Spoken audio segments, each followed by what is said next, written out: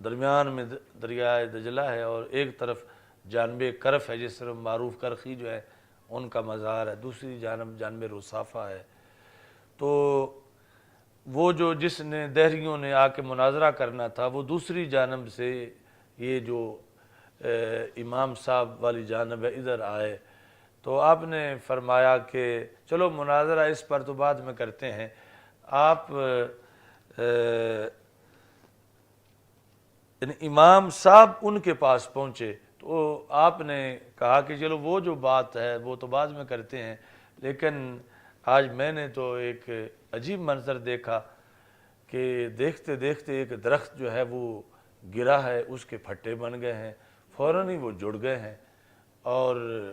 کشتی بن گئی ہے، اور ہوا بھی بالکل مخالف تھی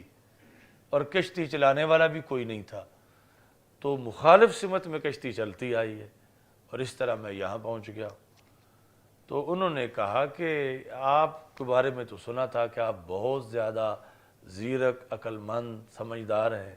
تو ان باتوں میں سے تو کوئی بات بھی عقل نہیں مانتی کہ درخت خود گرے اور اس کے پھٹے خود ہی بن جائیں اور پھٹے خود ہی جڑ جائیں اور کشتی خود ہی بن جائے اور پھر ہوا بھی مخالف ہو اور کشتی خود ہی چلتی چلتی ادھر آ جائے اور آپ پار گزر جائے، ایسا نہیں ہو سکتا۔ تو امام صاحب نے کہا کہ جب ایک کشتی کے بارے میں تمہاری عقل نہیں مانتی کہ اپنے آپ ہی بن جائے، اپنے آپ ہی پہنچ جائے، تو جب کشتی نہیں چل سکتی تو یہ ہستی کیسے چل سکتی ہے؟ نظام ہستی کو چلانے والی ذات بھی یقیناً موجود ہے۔ یعنی وہ پھر مناظرے کی نوبت ہی نہ آئی، اور یہ جو دلائل فارقہ بین الحق والباطل ہیں ان کے ذریعے سے امام اعظم ابو حنیفہ رحمۃ اللہ علیہ نے اس کو بیان کیا۔ وَالثَّانِي نَسْبُ الدَّلَائِلِ الْفَارِقَاتِ بَيْنَ الْحَقِّ وَالْبَاطِلِ، کہ یہ بھی اللہ کی ہدایت ہے کہ اس نے ماحول میں کائنات کے اندر دلائل جو ہیں وہ نصب کر دیے ہیں، اور یہ پھر بندے کی اپنی اپنی صلاحیت کے لحاظ سے ہے کہ وہ کون کون سے دلائل پڑھتا ہے، سمجھتا ہے اور ان کے ذریعے پھر پہنچتا ہے۔ یعنی کچھ تو وہ دلائل ہیں کہ جن کے لیے پھر بڑا انسان زیرک ہو یا بہت زیادہ تعلیم حاصل کرے تو پھر پتہ چلتا ہے، لیکن کچھ جو ہیں وہ بالکل واضح ہیں، ہر ان پڑھ، ہر بدھو جو ہے وہ بھی ان کو دیکھ کے سمجھ سکتا ہے۔ تو یعنی اس کے اندر بھی بہت سی کیٹیگریز ہیں، یعنی انسان ایک تو ہے وفی انفسکم افلا تبصرون، یعنی انسان کے اندر کا جہان ہے، وفی الآفاق یہ باہر کا جہان ہے۔ تو انسان کے اندر کے علاوہ خود انسان کا جو ظاہر ہے یعنی اس کے اندر بھی دلائل ہے، یعنی یہ جو انسانی ہاتھ ہے، ایک انسان کا ہاتھ جو سب کی، یعنی یہ نہیں کہ کوئی خاص کسی انسان کا ہاتھ ہو، یعنی یہ انگلیاں ہونا، یہ لائنیں ہونا، یہ ناخن ہونا، یہ تو ہر انسانی ہاتھ میں ہے۔ تو یعنی یہ اگر چپٹا سا اس طرح کا چپو ہوتا، یہ انگلیاں نہ بنی ہوئی ہوتی، تو پھر اس کی افادیت وہ نہ ہوتی جو اب ہے۔ پھر اس طرح کر کے کسی کو مارا تو جا سکتا تھا، مگر یوں کر کے کسی کو پکڑا نہیں جا سکتا تھا، تھاما نہیں جا سکتا تھا۔ تو اللہ تعالیٰ نے پھر اس میں یعنی یہ آدھا حصہ، اور اگر ساری انگلیاں ہوتی، ہتھیلی نہ ہوتی، تو پھر وہ پکڑا اس طرح جا سکتا تھا سٹیرنگ کو جس طرح، لیکن بہت سے مواقع وہ ہیں جہاں تو اتنے حصے کا دخل ہے کہ کوئی چیز اس پہ کھڑی کی جا سکے، تھامی جا سکے، پانی کی طرح کوئی، تو اللہ تعالیٰ نے پھر آدھا ہاتھ اس طرح کا رکھا کہ جس سے کوئی چیز نیچے پانی جیسی بھی ٹپک نہ سکے بلکہ اوپر جو ہے وہ کھڑی ہو، باقی میں درمیان میں جو ہے وہ فاصلہ رکھا۔ اب یہ انگلیاں اگر صرف ان میں فاصلہ تو ہوتا مگر ان میں یہ جوڑ نہ ہوتا نیچے والا تو پھر بھی اس کا فائدہ تھوڑا ہوتا، یہ اچھی طرح پکڑ نہ سکتی۔ پھر صرف ایک جوڑ ہوتا تو پھر بھی فائدہ نہ ہوتا، پھر دو جوڑ ہے، پھر تین جوڑ ہے، اب جو ہے وہ پوری طرح احاطہ کر سکتی ہے چیز کا۔ اور اگر یہ انگوٹھا بھی ادھر ساتھ ہی ہوتا تو پھر بھی وہ فائدہ نہ ہوتا جو اب ہے کہ ایک طرف سے یہ اکیلا ہوتا ہے، دوسری طرف سے وہ، تو مجموعی طور پر پھر جو ہے وہ گرفت زیادہ ہوتی ہے، چونکہ انگوٹھا جو ہے۔ اب یہ ہے کہ اگر یہ سب کچھ ہوتا مگر اوپر ناخن نہ ہوتے تو پھر بھی وہ قوت ہاتھ میں نہ ہوتی جو اب ہے۔ یعنی یہ جس بندے کا ناخن اتر گیا ہو، کٹ گیا ہو، وہ سمجھتا میری تو پوری انگلی ضائع ہو گئی، یعنی اس کی بنیاد پہ ساری قوت جو ہے وہ بنتی ہے۔ اور یہ سب کچھ ہوتا مگر اندر جو ہے وہ لکیریں نہ ہوتی تو پھر جو چیز بھی بندہ پکڑتا وہ مچھلی کی طرح اچھل کے گر جاتی۔ تو یہ پھر اندر لکیریں بھی جو ہے وہ بنائی۔ آگے پھر وہ آگے ہے اس کے بہت کہ لکیریں کس طرح کی ہیں، الٹی ہیں، سیدھی ہیں، یہ ہے وہ ہے، یعنی لکیروں تک کی جو دلالت ہے اس کے اندر بھی یعنی اللہ تعالیٰ کی کتنی قدرت ہے کہ کتنے کتنے منافع اس نے سامنے رکھ کے انسان کو احسن تقویم بنایا ہے۔ پھر جو ہے وہ مثلا انسان اپنے آنکھیں اور کان ہی دیکھ لے، اگر کانوں کی جگہ آنکھیں ہوتی اور آنکھوں کی جگہ کان ہوتے تو یہ بھی تو ایک سٹائل ہو سکتا تھا، لیکن یہ ہے کہ اس میں بڑے نقصانات تھے کہ سنی تو بات کہیں سے بھی جا سکتی ہے مگر دیکھا سامنے سے ہی جا سکتا ہے۔